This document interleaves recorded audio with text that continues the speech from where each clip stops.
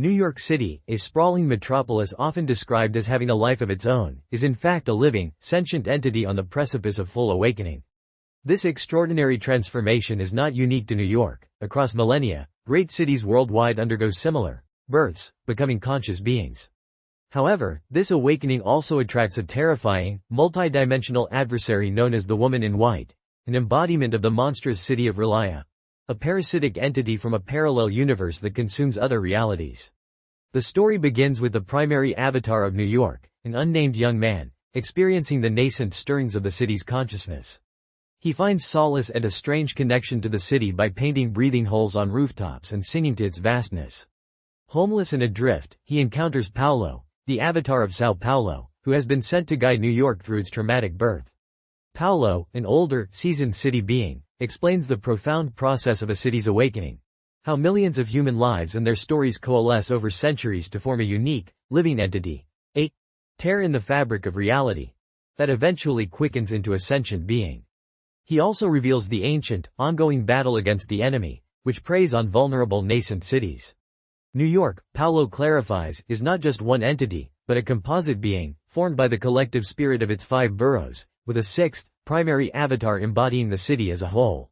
The primary avatar, whom we come to know as Manny, a name he instinctively adopts from the Manhattan, on a Penn Station departures board after losing his memory upon awakening, is thrust into this surreal reality with no recollection of his past life.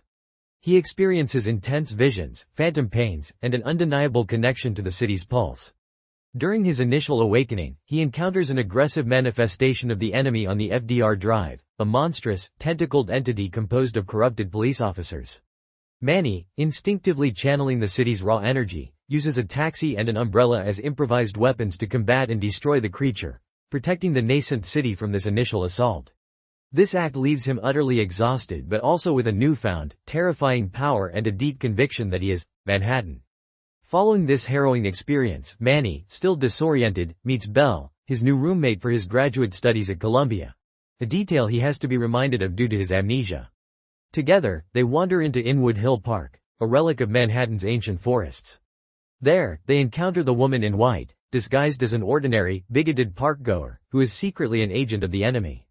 She attempts to infect them with white, root-like tendrils emanating from the ground, but Manny, instinctively, uses money, a symbolic representation of Manhattan's immense, predatory capitalistic power, to push back the tendrils. At this critical moment, Brooklyn Thomason, the avatar of Brooklyn, arrives, scattering the remaining tendrils with her music and commanding presence. Brooklyn, a former MC and current city council member, possesses a deep understanding of the city's rhythms and flows, and a strong sense of protective loyalty to her borough.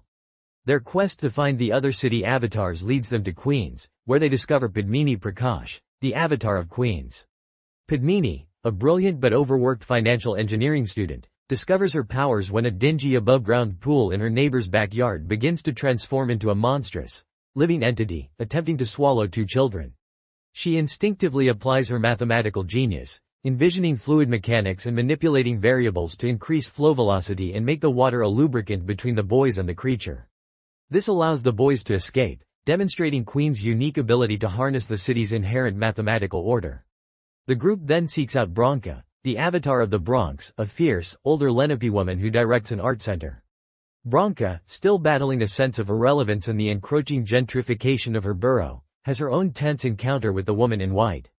The Woman in White, disguised as Dr. White, from the Better New York Foundation, attempts to subtly corrupt Bronca's artistic integrity by offering a massive donation in exchange for showcasing racist, alt artistes, and removing the works of a compelling, anonymous local artist, who is unknown to Bronca, the primary avatar. Bronca, leveraging her deep connection to the land of her ancestors and the fighting spirit of the Bronx, repels the attack, refusing to compromise her principles. She also uncovers the insidious nature of the Better New York Foundation, which, through seemingly legal means, has been subtly acquiring properties and spreading the enemy's influence throughout the city, ostensibly to improve it but actually to weaken it for Relia's eventual invasion. The most challenging avatar to locate is Aislinn Houlihan, the embodiment of Staten Island. Aislinn is deeply xenophobic and resistant to leaving her home island, which she perceives as a safe haven from the chaos and indecencies of New York. Her encounter with the Woman in White, who appears in various guises to manipulate each avatar, is particularly insidious, playing on Aislin's fears and prejudices to turn her against the other boroughs. Bronca's sharp wit and unyielding nature, deeply rooted in the history of the Bronx, allows her to fight back against this psychic manipulation, recognizing the insidious threat the Foundation poses to the very essence of New York. The most challenging avatar to locate is Aislinn Houlihan, the embodiment of Staten Island. Aislinn is depicted as deeply xenophobic, insular, and resistant to leaving her home island, which she perceives as a safe haven from the chaos and indecencies of mainland New York. Her encounter with the woman in white, who appears in various guises to manipulate each avatar, is particularly insidious, playing on Aislin's fears and prejudices to turn her against the other boroughs. The collective group of avatars, Manny, Brooklyn, Queens, and Bronx, then unite to find the primary avatar. They learn that he is in an enchanted sleep in the disused City Hall station, an architectural marvel beneath the city. They are joined by Hong Kong, another ancient city avatar, who further explains the nature of their existence and the grave threat posed by the woman in white, Relia. Hong Kong reveals the terrifying truth: for a composite city like New York to fully awaken and achieve wholeness, its sub-avatars, the boroughs, must devour each other, merging into the primary avatar. This horrifying truth is met with shock and resistance, particularly from Queens, who struggles to reconcile this with her mathematical understanding of a multifaceted reality.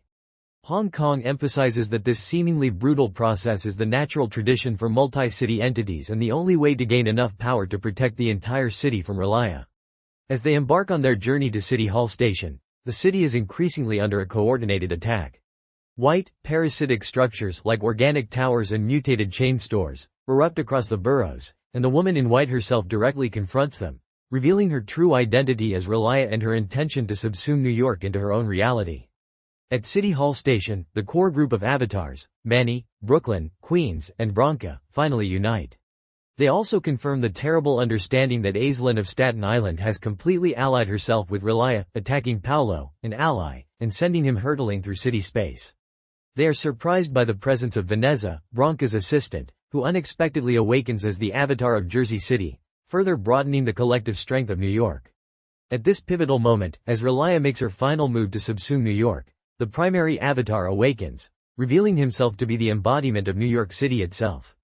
The 6 avatars, now conjoined, unleash a devastating wave of pure city power, annihilating Relia's physical manifestations in New York and shunting Relia herself out of this universe. In the aftermath, Relia, with Aislinn's unwitting help, finds a new, tenuous foothold on Staten Island, leveraging Aislinn's xenophobia and isolationist spirit to establish a dark, alternate reality over the borough. The other avatars, having successfully merged with the primary, are now an indivisible collective known as New York. They stand together, powerful and united, a new and formidable force in the ancient battle between living cities. The story concludes with the avatars of New York enjoying a moment of peace and reflection on Coney Island, united in their purpose to protect their city, even as they acknowledge that the fight against Relia is far from over.